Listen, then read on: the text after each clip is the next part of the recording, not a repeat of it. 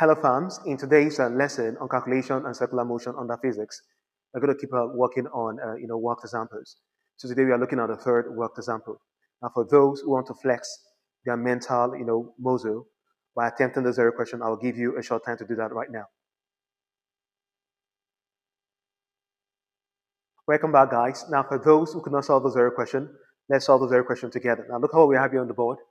A mass of 1.5 kg moves in a circle of radius 25 centimeter at a constant 2.0 rev per second. Now, 2.0 rev per second is simply the angular, velocity or speed. Calculate this. Now, the first thing we have, because we have about three major questions. The first thing we have is the tangential speed.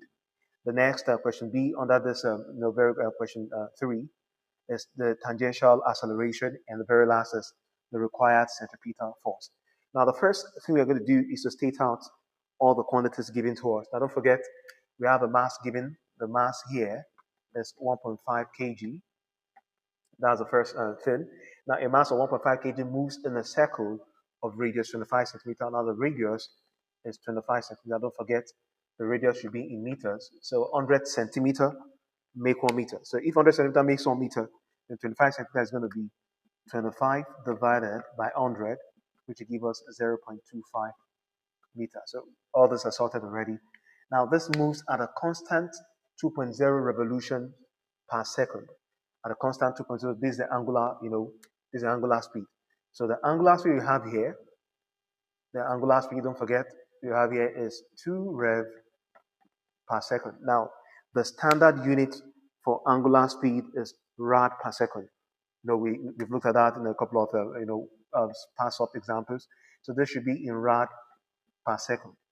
So how do we convert revolution per second to rad per second? Now, this is already in seconds, so we don't have a problem with this.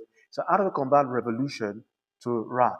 So don't forget, 360 degrees is equals to 1 revolution, which is 2 pi 1 rad, 2 pi r. So don't forget that we're talking about the circumference of a circle. The circumference of the circle is equal to 360 degrees, which is equal to 1 revolution. So if 1 revolution is 2 pi rad, 1 rev is 2 pi rad, then 2 revolutions will be how many? That is x rad, that will be x rad, so we cross multiply. So that is 2 pi times 2, x times 1 is x. So what do we have? We have 4 pi rad. That's what we have. So now we've converted this already. So 2 revolution per second is equals to 4 pi rad per second. So we have everything set out already. We have our mass to be 1.5 kg. We have our radius to be 0.25 meter. Don't forget the mass of 1.5 kg moves in a circle of radius 25 centimeter at a constant of this. So the angular speed has been converted to the right, to the right unit, which is 4 pi rad per second. So the first question we have is, we are asked to get the tangential speed. When we talk about tangential, don't forget tangential is simply linear. So tangential speed is the same thing as the linear speed. So let's quickly solve for that. What's the tangential speed? Don't forget the formula. The tangential speed, which is V, is equals to angular speed times radius. Now this very formula is, we derived this very formula in our previous lessons. If you have not gone through the previous lessons, you may find it very hard to understand what we're doing right now. So the tangential speed, which is V equal to angular speed times radius, is going to be, what's the angular speed? 4 pi rad per second. So what's the radius? The radius here is 0.25 meters. That's what we have. So what do we have? 4 times 0.25.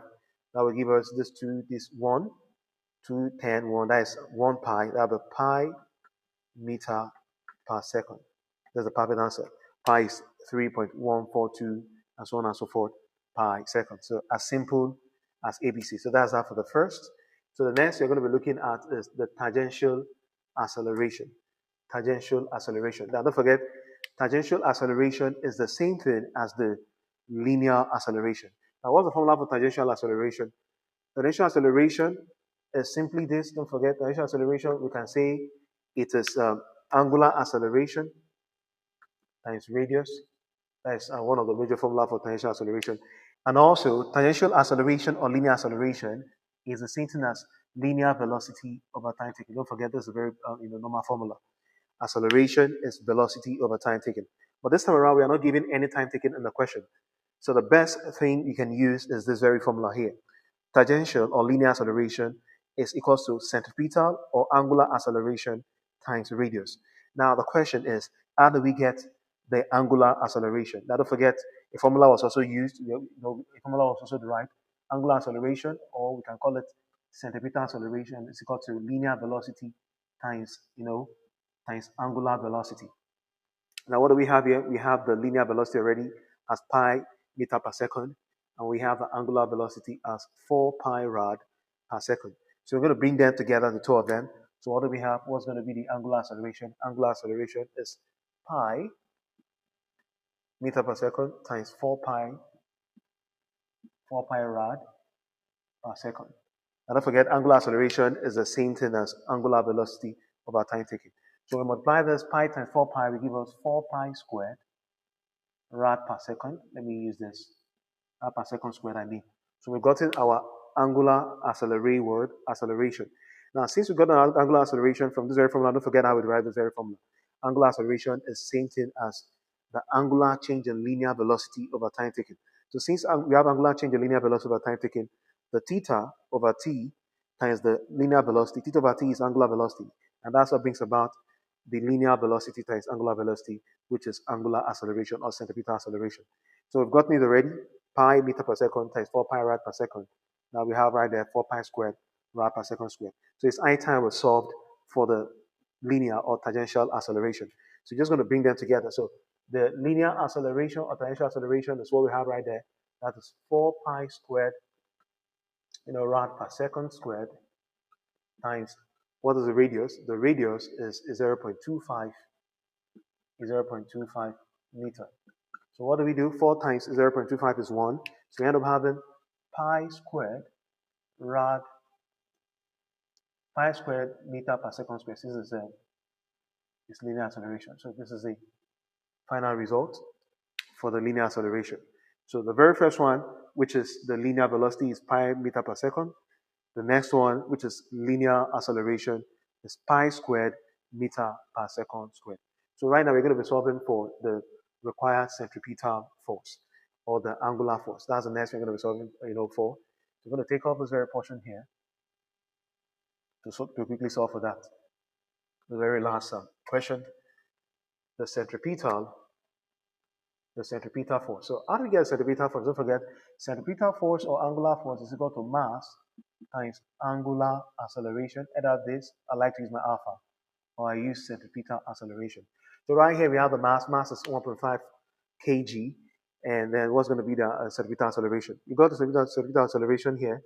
There's a centripetal acceleration here, which is 4 pi squared rad per second squared. That's it. How do we get that? V times W. So what do we have? The mass is what? The mass is 1.5 kg. Then times, what do we have here? The 4 pi squared rad per second squared. So centripetal acceleration, what do we have? 1.5 times 4, that will give us 6 pi squared Newton. Let me call this. 6 pi squared Newton. Don't forget, as simple as ABC. So you can see how easy all this, how easy this set of questions are. But you won't find them easy if you don't know the formulas. And, justice has been done to the formulas in our previous set of lessons. So I advise you to go ahead and, go through the previous lessons in order for you to keep up with what you're doing right here. So at the very point in time, we're doing the content of today's lesson. If you found this lesson resourceful, please follow me at Revelation Hub on Facebook, and please subscribe to this very channel at Edge Mosaic. To share this lesson also with others. See you in the next lesson. Thanks.